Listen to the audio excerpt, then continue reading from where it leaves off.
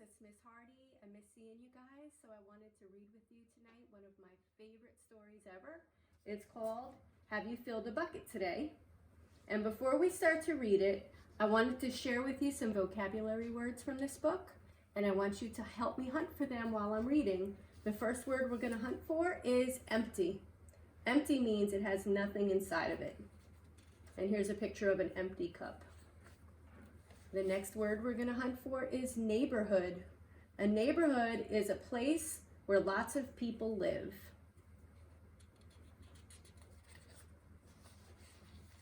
Okay, this word is invisible. Do you know what invisible means? Something that can't be seen.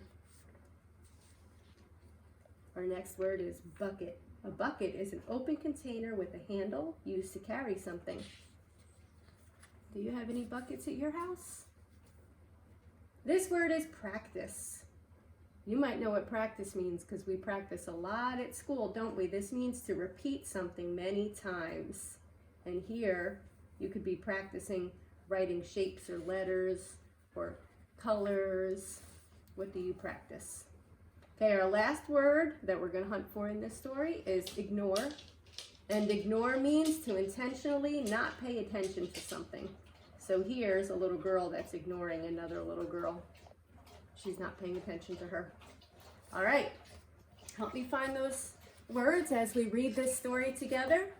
The title of our book is Have You Filled a Bucket Today? And it's written by Carol McLeod and illustrated by David Messing. The author is the person who, do you remember? Writes the book, and the illustrator is the person who makes all the pictures. So let's see if we like the words and the pictures in this story. Have you filled a bucket today? Okay. All day long, everyone in the whole wide world walks around carrying an invisible bucket. You can't see it, but it's there. Is there a bucket on top of my head that I can't see? You have a bucket. Each member of your family has a bucket. Your grandparents, friends, and neighbors all have buckets.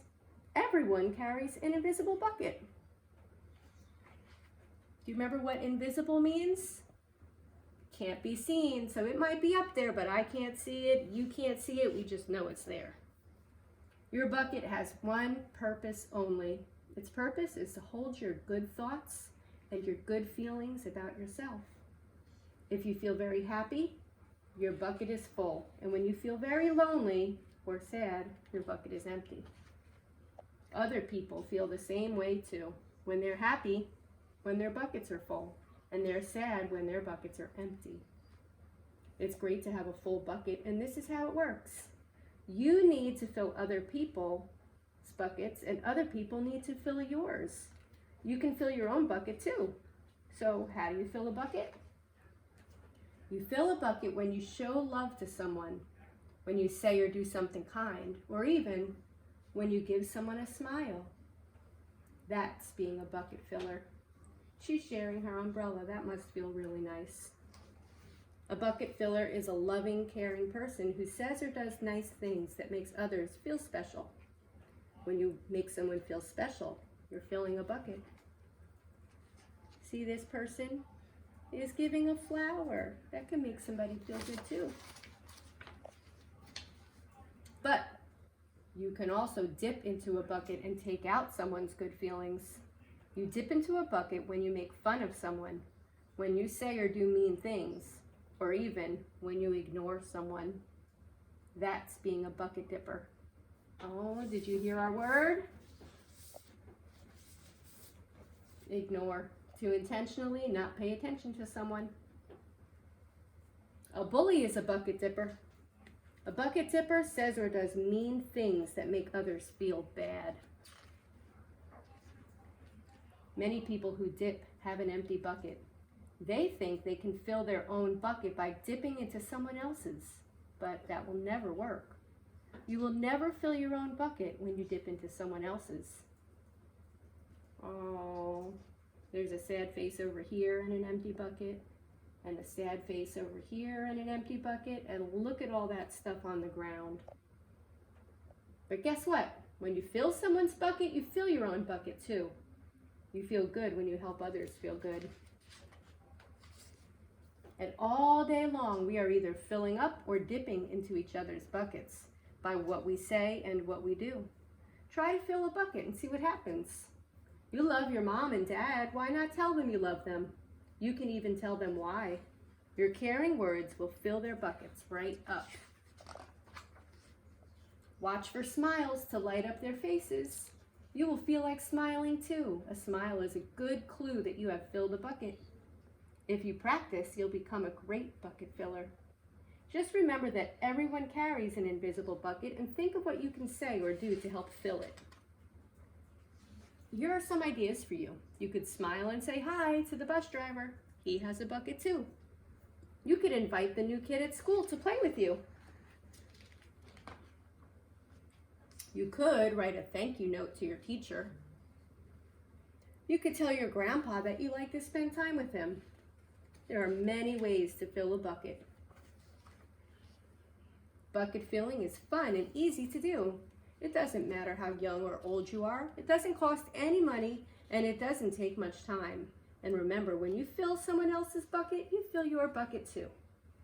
When you're a bucket filler, you make your home, your school, and your neighborhood better places to be. Oh, neighborhood, place where lots of people live. Bucket filling makes everyone feel good.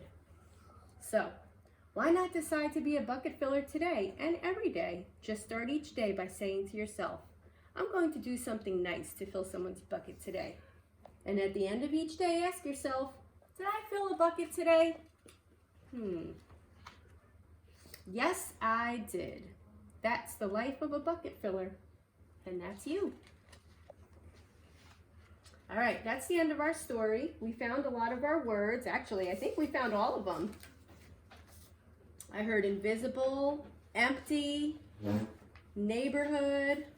I heard bucket a lot. Ignore and practice. And I wanted to show you a couple of buckets here that I have. I have two little buckets. They are not the same. They are a little bit different. They are the same size and they are the same shape, but they are not the same color and they don't have the same pattern because this one has polka dots and this one has stripes.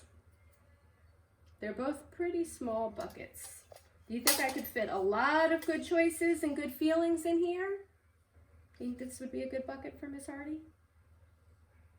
I think I need a bigger one. I like this one. This bucket is a little bit bigger. It is not the same size. It is not the same shape. Well, it is the same shape. They're both round. But this one is a little bit different. It's round all the way. And this one is a little bit more angled at the bottom. This one is definitely bigger. Do you think this one is big enough for Miss Hardy? I can hold a lot more good choices in here and a lot more good feelings. I think this is a good one. I think I need a bigger one. How about this one? This is the biggest bucket I have. Do you think this would be a better bucket for me to put all my good feelings in? It's round. Oh, it's much bigger than this little one. And I can fit a lot more good stuff in here, right? Think about what kind of bucket you would want to have on top of your head. And if you have any paper and crayons at home, make me a picture of what kind of bucket you would have and you can post it underneath the video. Thanks, friends. Have a good day.